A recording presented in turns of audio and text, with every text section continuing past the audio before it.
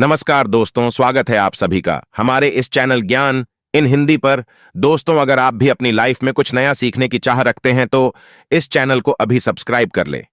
हे दुर्गा माता, आपसे हाथ जोड़कर निवेदन है कि आपके इस वीडियो को जो भी लाइक और चैनल को सब्सक्राइब करे उसके जीवन में कभी दुख दर्द मत आने देना। माता रानी आपके सभी कष्टों को समाप्त करे, आपकी झोली खुशियों से सदैव भरी रहे। दोस्तों, नवरात्रि का महापर्व 9 देवी अर्थात 9 कन्याओं को समर्पित है। कन्या पूजन करने से हमारी समस्त पीड़ा दूर होती है, दुख दर्द दूर होते हैं, हर कष्ट दूर होते हैं, ग्रह क्लेश हमारे जीवन से हमेशा के लिए दूर हो जाते हैं। यहां तक कि पितृ दोष, राहु दोष, मंगल दोष, काल सर्प दोष, मात्र कन्या पूजन से शनि से पीड़ित व्यक्ति को राहत मिलती है, सुकून मिलता है, घर में खुशियां आती हैं तथा अकाल मृत्यु घर में कभी नहीं होती। दोस्तों, हम आपको बता दें, इस बार माता रानी हाथी की सवारी पर पृथ्वी लोक पर आ चुकी हैं और भक्तों के कष्टों को दूर करेंगी। जब जब माता रानी हाथी पर सवार होकर आती है तब तब धरती पर फूल खिलते हैं और वर्षा होती है तथा हरियाली की उत्पत्ति होती है और जीवन सुगम हो जाता है। किसान के घर में साक्षात मां जगदम्बा जगत मां का आगमन होता है। दोस्तों, इस बार के नवरात्रि बहुत ही शुभ और मंगलकारी माने जा रहे हैं। इस बार शारदीय नवरात्रि 15 अक्टूबर दिन रविवार को शुरू होकर और इसका समापन 23 अक्टूबर दिन सोमवार को होगा। ऐसे में 24 अक्टूबर दिन मंगलवार को ही दुर्गा विसर्जन होगा। जो लोग माता रानी की स्थापना करते हैं, मूर्ति स्थापना करते हैं, वह लोग 24 अक्टूबर दिन मंगलवार को विसर्जन करेंगे। दोस्तों, नवरात्रि की अष्टमी और नवमी तिथि पर कन्या पूजन का विधान है। इस बार महा अष्टमी तिथि 22 अक्टूबर 2023 यानी कि इस दिन रविवार है और नवमी तिथि 23 अक्टूबर 2023 दिन सोमवार को है। ऐसे में आप अष्टमी और नवमी को इन दोनों तिथियां में कन्या पूजन अवश्य ही करें। कन्याओं को भोजन अवश्य खिलाएं। शास्त्रों में 9 दिनों के नवरात्रि को बहुत ही शुभ और मंगलकारी माना जाता है और वही 8 दिनों के नवरात्रि को अच्छा नहीं माना जाता। ऐसे में 10 दिनों के नवरात्रि बहुत ही शुभ माने गए हैं। शास्त्रों के अनुसार नवरात्रि के दिनों में माता रानी का पूजन करने से, कन्या पूजन करने से मां अभय वरदान प्रदान करती है। कुंडली में जो कष्ट होते हैं उन्हें ठीक कर देती है। श्रीधर की तरह ही सच्चे हृदय वाले व्यक्ति के सभी कष्टों का निवारण मां शीघ्र ही करती है। मां की उपासना से विनम्रता का विकास होता है। सभी कष्ट, दरिद्रता, दुख, कष्ट नष्ट हो जाते हैं। नवरात्रि में माता रानी का व्रत और पूजन किया जाता है, लेकिन नवरात्रि के दौरान सबसे ज्यादा महत्व होता है कन्या पूजन का। दोस्तों, कन्या रानी जो होती है फूल की पंखुड़ियों की तरह नाजुक होती है। कन्या पूजन सर्वप्रिय है, श्रेष्ठ है। कन्या के रूप में स्वयं जगदम्बा देवी, माता वैष्णो देवी या अर्थात समस्त ब्रह्मांड इनके शरीर के कण कण में वास करते हैं। बहुत कम लोग जानते हैं 33 कोटि देवी देवताओं का वास होता है कन्याओं के मस्तक पर। कन्या चाहे छोटी हो चाहे बड़ी हो, वह सदैव पूजनीय है, मां के समान मानी जाती है। दोस्तों, माना जाता है व्रत और उपासना से माता रानी इतना प्रसन्न नहीं होती है जितना कि कन्या पूजन से होती है। नवरात्रि में छोटी छोटी कन्याओं को माता रानी का स्वरूप माना जाता है। कन्याओं को भोग लगाया जाता है, उन्हें प्रसन्न किया जाता है और बदले में आशीर्वाद मांगा जाता है। कन्याओं को प्रसन्न करने के लिए गिफ्ट आदि उपहार वगैरह दिए जाते हैं। माना जाता है अगर कन्याओं को कोई भेंट दी जाए और वह उसे खुशी खुशी स्वीकार कर लें तो इसका मतलब है माता रानी अर्थात माता वैष्णव ने वो भेंट स्वीकार कर ली। जिन पर कन्याएं प्रसन्न होती हैं तो समझो उन्हें माता रानी का आशीर्वाद मिल गया और माता रानी की कृपा से उन्हें मुन्ह मांगा वरदान प्राप्त होता है। कन्या पूजन कोई मामूली पूजन नहीं होता। समस्त ब्रह्मांड में जो पूजा होती है उनसे बढ़कर कन्या पूजन को माना जाता है। 10 बार गंगा स्नान करने से और 100 बार यज्ञ करने से तथा 1000 बार यात्रा करने से जो पुण्य मिलता है वह मात्र एक बार कन्या पूजन करने से करोड़ों गुना भक्त को मिल जाता है, प्राप्त हो जाता है। दोस्तों, इसीलिए कहा जाता है कि कन्याओं को सताना नहीं चाहिए, जिससे समस्त ब्रह्मांड हिल जाता है। कन्याओं की जितनी सेवा की जाए कम ही होती है। कन्या ये कोई मामूली नहीं होती। कन्या के रूप में स्वयं उनके मस्तक पर विराजमान होकर स्वयं देवी चलकर आपके घर तक आती है। नवरात्रि में 2 साल से लेकर 10 साल तक की कन्या का पूजन होना चाहिए। अष्टमी अथवा नवमी को कन्याओं के पैर धोकर भोजन कराना, उपहार आदि देना श्रेष्ठ माना जाता है, दुर्लभ माना जाता है। ऐसा मौका कभी हाथों से नहीं जाने देना चाहिए। इस दिन जितना ज्यादा हो सके कन्याओं को हाथ पकड़कर, पैर पकड़कर अपने घर तक लेकर आए। दोस्तों, वीडियो में आगे बढ़ने से पहले आप अपनी राशि भी कमेंट बॉक्स में जरूर डाल दीजिएगा। यदि हमारे पास कोई उपाय होगा तो वह आकर हम आपके कमेंट के रिप्लाई में बता देंगे। कोई भी राशि के अनुसार अगर उपाय करता है तो माता वैष्णव बड़ी प्रसन्न होती हैं और ऐश्वर्य धन प्रदान करती है, माला माल बना देती है। इसीलिए राशि कमेंट में जरूर छोड़ें और हाँ, माता को एक लायक जरूर करें। लायक करने में कंजूसी न करें। दोस्तों, कैसे करें का स्वागत। कन्या जब आपके घर आए तब सभी के पैरों को दूध और पानी से उनके पैरों को बुलाना चाहिए। खासकर मर्दों को कन्याओं के पर आवश्यक होने चाहिए। इससे मियां वैष्णो प्रसन्न होती हैं। दोस्तों, फिर उसके बाद कन्याओं को किसी साफ जगह पर जमीन पर कपड़ा बिछाकर बैठाना चाहिए। उनके माथे पर अक्षत, फूल और कुमकुम लगाना चाहिए। फिर उसके बाद भोजन ग्रहण करवाना चाहिए। लेकिन हमेशा याद रहे, कन्याओं की थाली में 3 पूरियां कभी ना रखें। इसे शुभ नहीं, घोर अशुभ माना जाता है। 3 पूरियां तथा 3 रोटियां मरने वाले व्यक्ति के लिए निकाली जाती है और जेल में कैदियों के लिए दी जाती है। ऐसे में कन्याओं को उनकी थाली में 3 पूरी कभी ना दे, लेकिन 1-2 करके पूरियां दे सकते हैं। इससे 3 संख्या बढ़ जाती है और दोष भी नहीं लगता। दोस्तों, कन्याओं को खाना खिलाने के बाद अंतिम में कन्याओं के सर पर लाल चुनरी डालना आना चाहिए और भोजन में आपको खीर, पूरी, हलवा, चना तथा आलू की सब्जी, छोले वगैरह की सब्जी खिलानी चाहिए। पनीर आदि भी खिलाया जा सकता है। वैसे माता रानी का प्रिय भोजन खीर, हलवा, पूरी और छोले आदि ही है, लेकिन भूल से भी लहसुन और प्याज का इस्तेमाल कभी ना करें, अन्यथा अनर्थ हो जाएगा। अक्सर कई लोग कन्याओं को कुरकुरे का पैकेट, चिप्स वगैरह का पैकेट खेलते हैं, जो कि घोर अनर्थ माना जाता है, क्योंकि इसमें लहसुन प्याज का इस्तेमाल होता है, जिसके कारण आपका व्रत खंडित हो सकता है। मां दुर्गा क्रोधित हो सकती है। जहां आपने 9 दिनों तक लहसुन प्याज का परहेज किया, लेकिन आपकी एक गलती पूरे व्रत को खंडित कर सकती है। इतना भी नादान नहीं बनना चाहिए कि माता रानी रुष्ट हो जाए और कन्याओं को भी अशुद्ध होना पड़े। कन्याओं को डब्बा बंद कोई भी ऐसी चीज ना खिलाएं जिसमें लहसुन प्याज होता है। कई चीज तो ऐसी होती हैं मार्केट में जिसके अंदर लहसुन प्याज का इस्तेमाल होता है। ऐसा आप कभी मत करना। दोस्तों, कई लोग कन्या पूजन में खाना घर पर नहीं बनाते और मार्केट से रेडीमेड लाकर ही खेलते हैं तथा दही जलेबी खिलाते हैं, जो कि शुभ नहीं माना जाता। दोस्तों, में ऐसा खाना वो लोग खिलाते हैं जिनके घर में मान लीजिए कोई दुर्घटना आदि हो गई है या घर में कोई बीमार है या कोई मुसीबत है, तब वो ऐसा करते हैं। लेकिन अगर आप स्वस्थ हैं, आपको कोई पीड़ा नहीं है, तो ऐसा भूलकर भी नहीं करना चाहिए। माता रानी दही जलेबी नहीं, आपके हाथों का बना भोजन खाना चाहती है, आपका प्यार चाहती हैं। फिर चाहे आप घर में एक ही पूरी क्यों ना बनाएं माता के लिए, पर आप स्वयं ही अपने हाथों से माता रानी को भोजन खिलाएं। देखिए, भले ही आप दही जलेबी खिला सकते हैं, परंतु माता को घर का बना हुआ शुद्ध भोजन ही अति प्रिय है। खासकर नवरात्रों के दौरान घर में पक्का खाना अवश्य बनाना चाहिए। माता रानी बहुत प्रसन्न होती है। घर का बना पक्का खाना ही कन्याओं को खिलाना चाहिए। हमेशा याद रखें, कन्याओं को प्लास्टिक के बने धोने में खाना नहीं खिलाना चाहिए। ऐसे बर्तन पूजा पाठ के लिए शुभ नहीं, अशुभ होते हैं, क्योंकि प्लास्टिक के ज्यादातर बर्तन जो होते हैं जानवरों की हड्डियों द्वारा बनाए जाते हैं। इसीलिए ऐसा पाप मत करना। कन्याओं को हमेशा स्टील के बर्तन या पत्तों से बने बर्तनों में ही भोजन कराना चाहिए। बहुत ही शुभ माना गया है। अगर पेड़ के पत्ते में भोजन कराते हैं तो माता अभय वरदान प्रदान करती है। दोस्तों, मैं एक और बात हम आपको बताने वाले हैं कि यदि नवरात्रों के समाप्त होने के बाद यदि बीच में कन्या पूजन में शुक्रवार का दिन पड़ जाए तो कन्याओं को कोई भी खट्टी चीज नहीं खिलाना चाहिए, क्योंकि शुक्रवार का दिन माता संतोषी को समर्पित होता है और माता संतोषी नवरात्रों के दिनों में सक्रिय अवस्था में होती है, यानी वो भी 9 देवियों के साथ में आपके घर में आती है। इसीलिए कन्याओं को भूलकर भी शुक्रवार का दिन अगर पड़ जाए तो खट्टी चीज घर में नहीं बनाना चाहिए और कन्याओं को भी खट्टी चीज नहीं खिलाना चाहिए।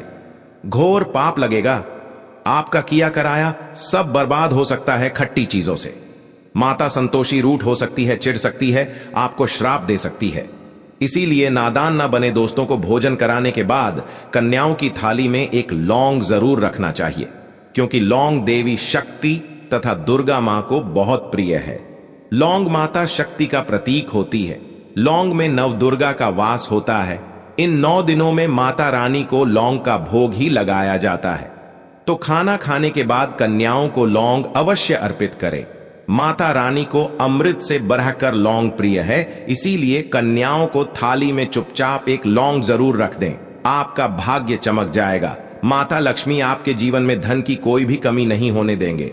दोस्तों, आपको बता दें, कन्याओं को उपहार में क्या दे। कन्याओं को खुश करने के लिए उनकी थाली में दक्षिणा डालें, ताकि आपके घर में संपन्नता बनी रहे तथा धन की कोई भी कमी ना हो। कन्या जब आपके घर से खुशी खुशी धन लेकर जाती है, तो वह भी आपको खुशी खुशी कई गुना आपको धन प्रदान करती है। इस समय कंजूसी मत करना। खुशी खुशी कन्याओं को धन अवश्य देना। कन्याओं को कोई सुंदर गिफ्ट दे सकते हैं। शास्त्रों में बताया जाता है कि कन्या जितना खुश होती है, माता रानी उतना ही जल्द फल की प्राप्ति प्रदान करती है। ऐसे में आप कन्याओं को चॉकलेट बॉक्स दे सकते हैं तथा खूबसूरत कपड़े दे सकते हैं। याद रहे, काले कपड़े ना दें और स्टील के बर्तन भी गिफ्ट के तौर पर दे सकते हैं। याद रहे कि कन्याओं को लोहे का कोई भी सामान नहीं देना चाहिए, नहीं तो राहु केतु का प्रभाव आपके जीवन में प्रवेश कर जाएगा। राहु काल तथा राहु दोष आपको लग जाएगा, आप बर्बाद भी हो सकते हैं। दोस्तों, जब कन्या अपने घर के लिए प्रस्थान करें तो उनके चरण जरूर छू लें और अपने मन में अपनी प्रार्थना को पूरा करें। सच्चे दिल से मांगी हुई मुराद माता रानी अवश्य ही पूरी करती है। सच्चे दिल का मतलब होता है मन में कोई भी लालच ना हो, और अगर वो लालच माता को पाने के लिए बन जाए तो उसे बोलते हैं सच्ची श्रद्धा और सच्ची भक्ति। ऐसी भक्ति के आगे स्वयं 33 कोटि देवी देवता आपको नमस्कार करते हैं। दोस्तों, नवरात्रों के दिनों में अगर मिल जाए आपको ये संकेत, तो समझो मां दुर्गा आपके घर में आ चुकी है। ये संकेत बताते हैं मां दुर्गा का आशीर्वाद आपको प्राप्त होने वाला है। तो आइए शुरू करते हैं दोस्तों। पहला संकेत, जब आप कलश स्थापना करते हैं तो जड़ से निकली हरियाली बहुत ही शुभ मानी गई है। कहा जाता है कि जड़ से निकली हरियाली हमारे भविष्य में होने वाले अच्छे और बुरे होने का संकेत देती है। ये सभी बातें हमारे आने वाले साल का भविष्य बताती हैं। यदि आपने जॉब हुए हैं और वह किसी कारणवश नहीं हो पाए हैं, तो यह संकेत बड़ा ही मनहूस माना गया है। कहा जाता है कि नवरात्रों में जौ अगर सूख जाते हैं या बढ़ते नहीं हैं, तो आपको समझ लेना चाहिए कि ये साल आपका खराब होने वाला है तथा घर में कोई बीमारी आने वाली है, या दिन दुगनी रात चौगुनी आपकी कम होने वाली है या घटने वाली है। दोस्तों, ये धन हानि का संकेत माना गया है, क्योंकि आपने कोई ना कोई गलती ऐसी कर दी होगी जिसके कारण माता रानी नाराज हो गई है। इसीलिए माता से आप क्षमा अवश्य मांग ले। मां अपने भक्तों को अवश्य माफ करती है। एक मां ही होती है जो अपने बेटे को, अपने लाल को हर गलती पर माफ करती है। लेकिन ऐसा बेटा किस काम का जो मां से माफी ना मांगे। इसीलिए माता रानी से अपनी गलती की माफी अवश्य मांग लें। मियां वैष्णव अपने भक्तों को कभी निराश ही नहीं करती, बल्कि उन्हें धन धान्य से और खुशियों से परिपूर्ण बना देती है। और दोस्तों, यदि जो हरे भरे हो जाते हैं तो यह शुभ संकेत होता है। इससे आने वाले समय में आपको बहुत ज्यादा ही धन लाभ होगा। माना जाता है कि 1 रुपए का सिक्का या चांदी का कोई भी सिक्का जड़ के बीचों बीच में अगर मिट्टी में दबा दिया जाए तो घर में सुख समृद्धि आती है। माता लक्ष्मी दौड़ी दौड़ी चली आती है, जो कि अंदर हमेशा 1 रुपए का सिक्का अवश्य डालना चाहिए। जड़ को खाली नहीं रखना चाहिए, उसमें धन वगैरह अवश्य डालना चाहिए। इससे माता का आशीर्वाद सदैव परिवार पर बना रहता है और जीवन में कोई भी संकट नहीं आता। खाली जो मतलब धन भी खाली, खुशियां भी खाली ही मिलेंगी। दोस्तों, नंबर 2, यदि आपकी नींद नवरात्रों के दौरान सुबह 4 बजे के आसपास खुलती है तो इसे बड़ा ही शुभ संकेत माना जाता है, क्योंकि यह समय ब्रह्म मुहूर्त कहलाता है। इस समय देवी शक्ति अपने सच्चे भक्तों को ही जागती है। इस समय उठाना मतलब माता की कृपा प्राप्त करने के बराबर माना गया है। ये संकेत बताते हैं कि माता की सच्ची भक्ति का प्रभाव आपके ऊपर हो चुका है और माता रानी आपको जल्दी ही कोई खुशखबरी देने वाली है। मां आपकी सच्ची भक्ति से बहुत खुश हैं। दोस्तों, नंबर 3, यदि नवरात्रि में आपका मन प्रसन्न होने लगे, पूजा पाठ में आपका मन लगने लगे, पूजा करते समय मन का शांत होना, यह दर्शाता है कि आपको बहुत जल्द मां की कृपा प्राप्त होने वाली है। माता रानी आपकी भक्ति से बहुत खुश हैं। आपकी भक्ति माता रानी को आनंद दे रही है। ऐसे व्यक्ति को समझ जाना चाहिए कि उसके जीवन में अब अच्छा समय आने वाला है। दोस्तों, नंबर 4, नवरात्रों के दौरान अगर मां के गले से फूल गिर जाए तथा जौ के हरे भरे पत्ते अगर बिन हवा के हिल जाए तो इसे अति उत्तम माना गया है। यह संकेत बताता है कि माता रानी का आगमन आपके घर में अस्थायी रूप से हो चुका है। आपको माता लक्ष्मी की कृपा प्राप्त होने वाली है। यह संकेत कुछ खास लोगों को ही दिखाई देते हैं। माना जाता है कि पूजा करते समय अगर धुआं अधिक बरस जाए तो इससे यह पता चलता है कि आपके घर से गरीबी हमेशा हमेशा के लिए जाने वाली है। भूत प्रेत आत्मा है अब आपके घर से हमेशा के लिए जाने वाले हैं। पूजा करते समय धुएं का अधिक होना बहुत ही शुभ और मंगलकारी माना गया है। यह संकेत भविष्य में अच्छे परिणाम को दर्शाते हैं। दोस्तों, नंबर 5, द्वार पर गाय का आना वेदों में बताया जाता है कि नवरात्रि के दौरान गाय माता का घर में आना बड़ा ही शुभ संकेत माना गया है। नवरात्रि में द्वार पर गाय का आना अत्यंत शुभ है। यदि आपके भी द्वार पर गाय आती है तो गाय के माथे पर कुमकुम लगाना ना भूलें तथा गाय को रोटी जरूर खिलाएं। इससे मां दुर्गा अत्यंत प्रसन्न होंगी और आपकी झोली खुशियों से भर देंगी। द्वार पर गाय का बार बार आना भी जीवन में आने वाले अच्छे संकेतों की ओर इशारा करता है। दोस्तों, नंबर 6, सपने में शेर का दिखाई देना। अगर आपके सपनों में मां दुर्गा दिखाई देती है, अर्थात कोई भी देवी अगर आपके सपनों में दिखाई देती है तो बड़ा ही शुभ माना गया है। नवरात्रों के पावन अवसर पर माता के दर्शन किसी खास भक्तों को ही होते हैं। ये सपने कभी किसी को शेयर मत करना। यदि माता की सवारी तथा शेर रात्रि में सपने में बार बार दिखाई देता है तो मां दुर्गा आपसे प्रसन्न है।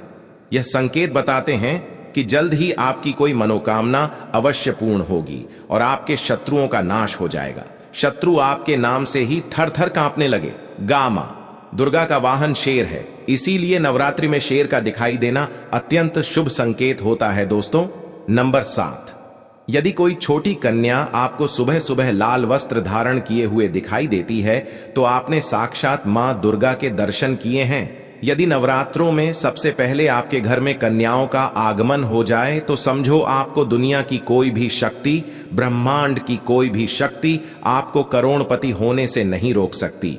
आपके जीवन में आपके घर में माता लक्ष्मी का आगमन होने वाला है। आप दिन दुगनी रात चौगुनी तरक्की करेंगे। अब आप खुशियां मनाइए और मिठाइयां बांटें। ऐसे में कन्याओं को भरपूर तरीके से खुश रखें और उनका आगमन दूध से चरण धुलाकर करें। कोई भी कंजूसी न करें। दोस्तों, माता रानी आपको यह संकेत दे रही है कि अब आपका बुरा समय समाप्त हो चुका है। अब जीवन में सुख समृद्धि के द्वार खुल जाएंगे। दोस्तों, नंबर 8, घर पर उल्लू का आना। यदि मां लक्ष्मी का वाहन उल्लू नवरात्रि में आपके घर पर आकर बैठ जाए तो यह भी शुभ संकेत है। इसका अर्थ है कि मां लक्ष्मी का आपके घर में प्रवेश हो चुका है और आपकी आर्थिक स्थिति और मजबूत होगी।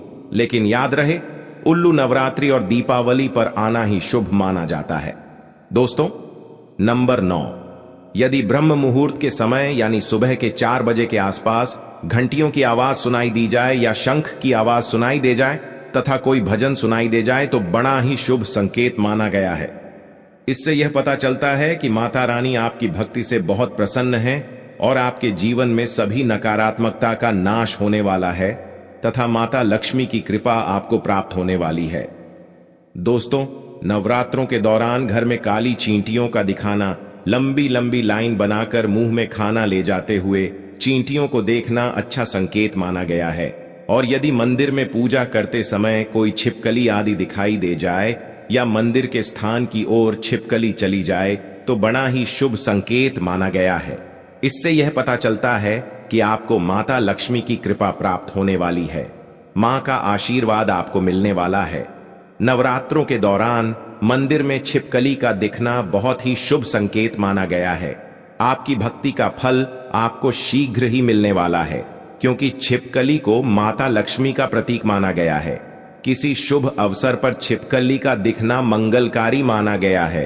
और नवरात्रि में छिपकली का मंदिर में दिखना साक्षात देवी लक्ष्मी का स्वरूप माना गया है। दोस्तों, अगर आप वाकई में मां वैष्णो की कृपा पाना चाहते हैं तो कमेंट बॉक्स में लिखें जय माता दी, माता रानी आपकी झोली खुशियों से भर दें। मां वैष्णो के लिए एक लाइक तो